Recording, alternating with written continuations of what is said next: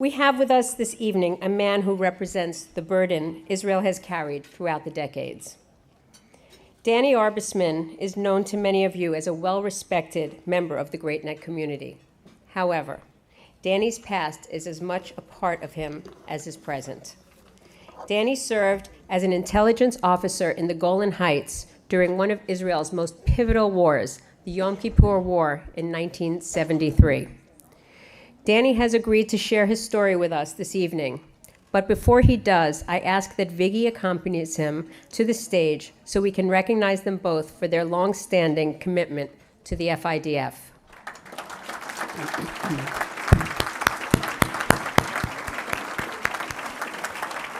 The Arbusmins are involved in multiple philanthropic organizations geared towards strengthening Israel and IDF. Their work on behalf of FIDF is particularly admirable, and we are proud to honor them here tonight. Thank you. Thank you.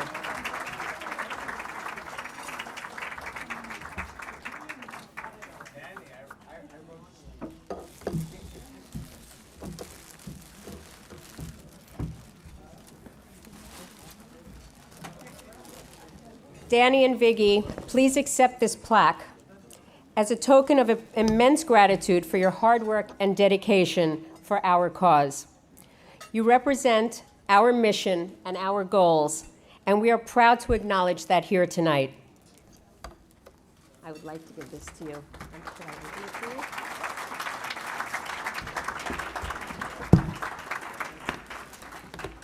Well, it's a beautiful plaque. And you deserve it. Let me present it to you. Well deserved. Thank you so much. Thank you, Nana. Well deserved. Okay. And now, ladies and gentlemen, please join me in welcoming Danny Arbusman to the podium. I'll take this down. Thank you.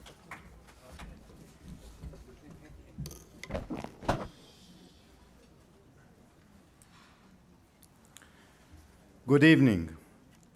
I'm here tonight because of a central belief that I firmly hold, that the state of Israel is an insurance policy for the entire Jewish people and for anyone who believes in freedom.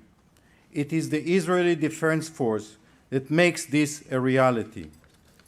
Israel has been our insurance policy since before it was even a state. In 1933, my father, at the age of 13, left Poland to seek refuge from anti-Semitism in the land of Israel. He and his older brother crossed Europe by foot to get to the Black Sea, and from there, they traveled on to Palestine and to freedom. I will pick up the story 40 years later, when in 1973, the very idea of Israel as a safe place for Jewish people was being put to the test. In October of 1973, I was 19 and a half years old, and I was stationed in the Golan Heights at the head command base.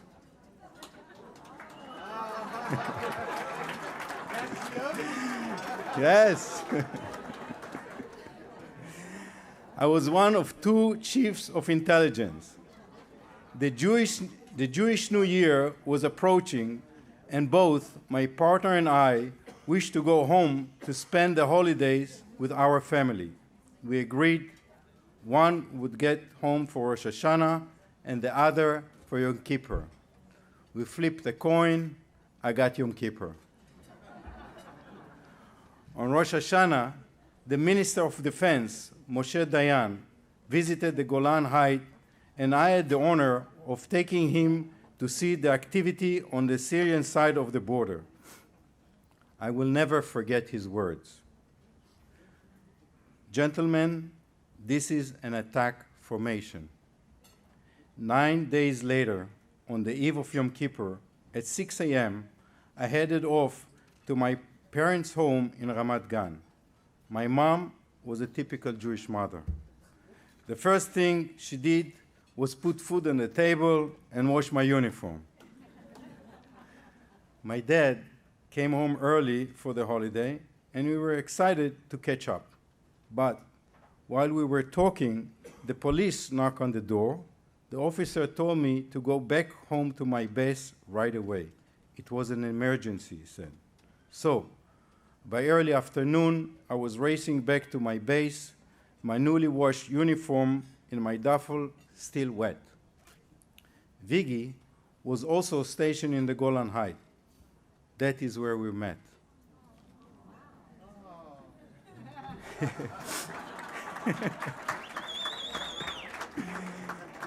Viggy's unit used intelligence reports to create maps of enemy position. This was before computers. The maps were drawn by hand, and the enemy positions were constantly changing. Viggy was also home with her family for Yom Kippur. When their phone rang, the family looked at each other. No one ever called on Yom Kippur. Should they answer it? They did. The minutes later, Viggy was heading back to the Golan. To see the initial attack in the north was to view a tsunami of Syrian tanks rising towards us. I remember standing in the command bunker with the brigade commander, Raful Eitan. Raful went on to become the military chief of staff and then the minister on defense. But that day, it was simply my commander. Hearing the devastating reports of advancing enemy tanks, he gazed silently at the maps on the wall. Maps Viggy drew, by the way. With chutzpah, I asked, "What are you going to do?" He quietly responded, "Nothing. There is nothing we can do. We have no forces to send to stop them." I was thinking of my friends, soldiers who were in the way of those tanks. Raful's words were said quietly, but for me, they shook the world. I can vividly recall one of my soldiers, his name was Oren, desperately pleading for help over the radio as the Syrian tanks advanced into the Golan.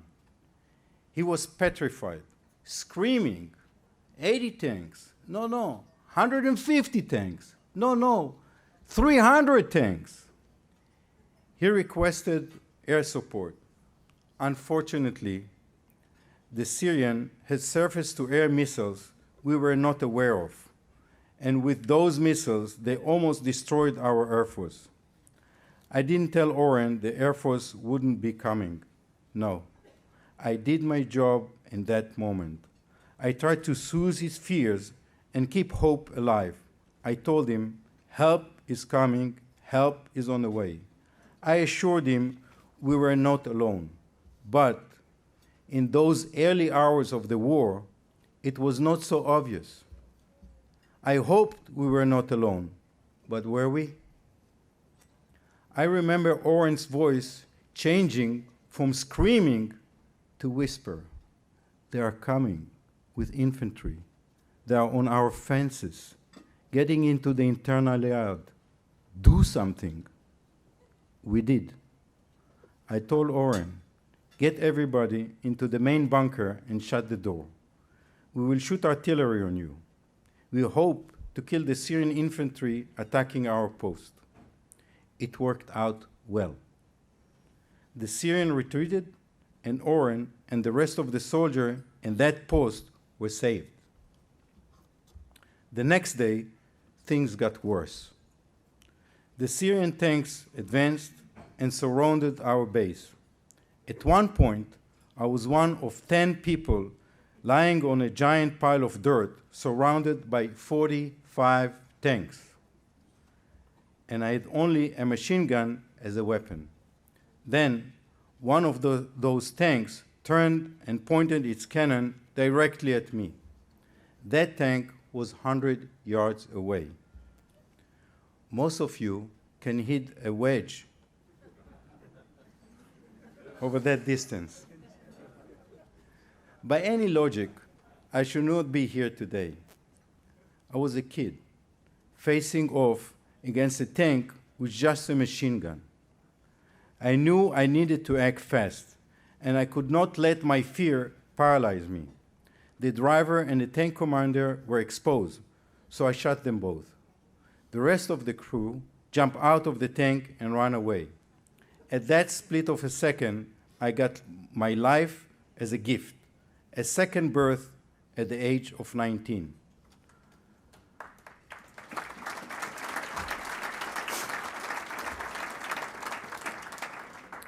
I thank God that I survived that moment, and I thank the IDF because my reaction was the result of the training every IDF soldier receives. They are trained to be the best.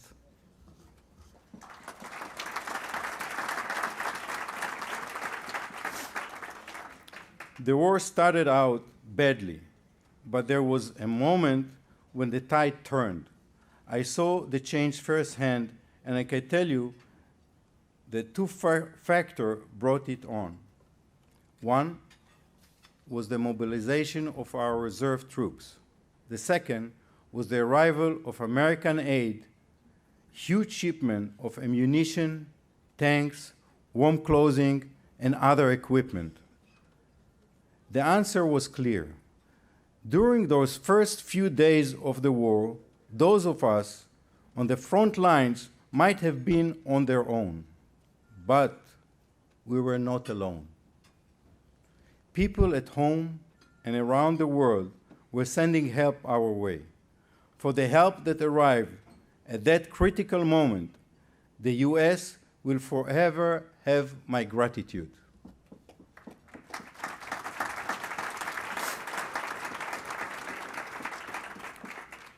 After the fighting subsided, I had the experience of navigating for the Chevre Kadisha, the unit charged with finding and retrieving the remains of our fellow soldiers and ensuring proper burial. I will never forget opening the first tank I saw and coming face to face with the horror of bodies burnt beyond recognition. The smell of charred flesh lingered with me for years. I watched the Chevre Kadisha scrape the inside of a tank to get some remains for burial. I watched them stay in a tank for hours trying to get the bodies out. I saw then that an IDF soldier is never alone. Even in death, he is not alone.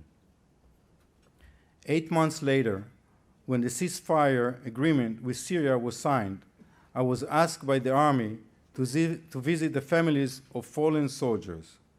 What a job for 20 years old. I practiced what I would say to a soldier's mother when I entered the house. I prepared my responses to likely questions. Question like, how come my son got killed and you didn't? You were together, weren't you? The visit to the family of one particular friend, Jacob, stands out. After the initial stage of the war had passed, heavy shelling continued. I was stationed at the top of Mount Hermon with Jacob. Our unit slept in a small cave for safety, packed like sardines. During the days, we used natural holes in the mountain for protection. One day, Jacob was sitting in a hole just up the hill from mine, about 4 feet away. We were under very heavy artillery shelling. Danny, he said, I'm scared. Don't be scared, I assured him. You are protected in your hole. You will be okay. I was scared myself, but what else could I tell him? 20 seconds later, an artillery shell landed right in that hole. My ears were ringing. I became deaf for a while from the explosion. I looked up and I saw smoke coming from the hole above me. I was in a state of shock, realizing Jacob suddenly gone, evaporated. In a search, we found one of his army boots. That is what the family got. I jumped from 1933 to 1973 in my story, and it is now 2013, 40 years later. The state of Israel is still our insurance policy, but we pay a very steep price for that insurance. In war, there is no logic to who will live and who dies. Does it make sense I survive a gunfight with a tank? Does it make sense a shell fired from 15 miles away landed in the hole that was keeping my friend safe? What do you say to a soldier who's going off to fight? What do you say to his or her mother who's worried her child won't return?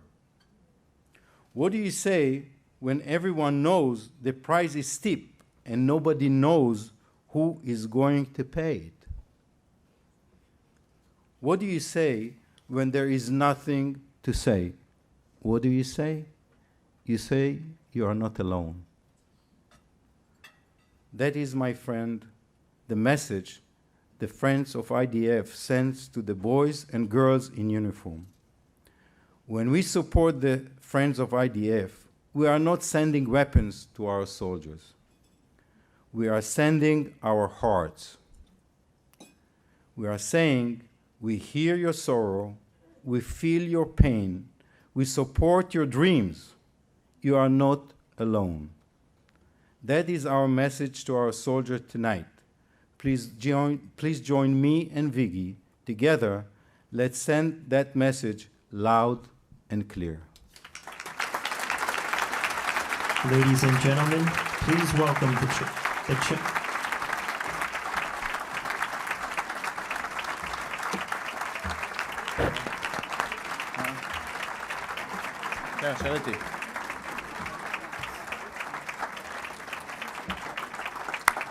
Thank you.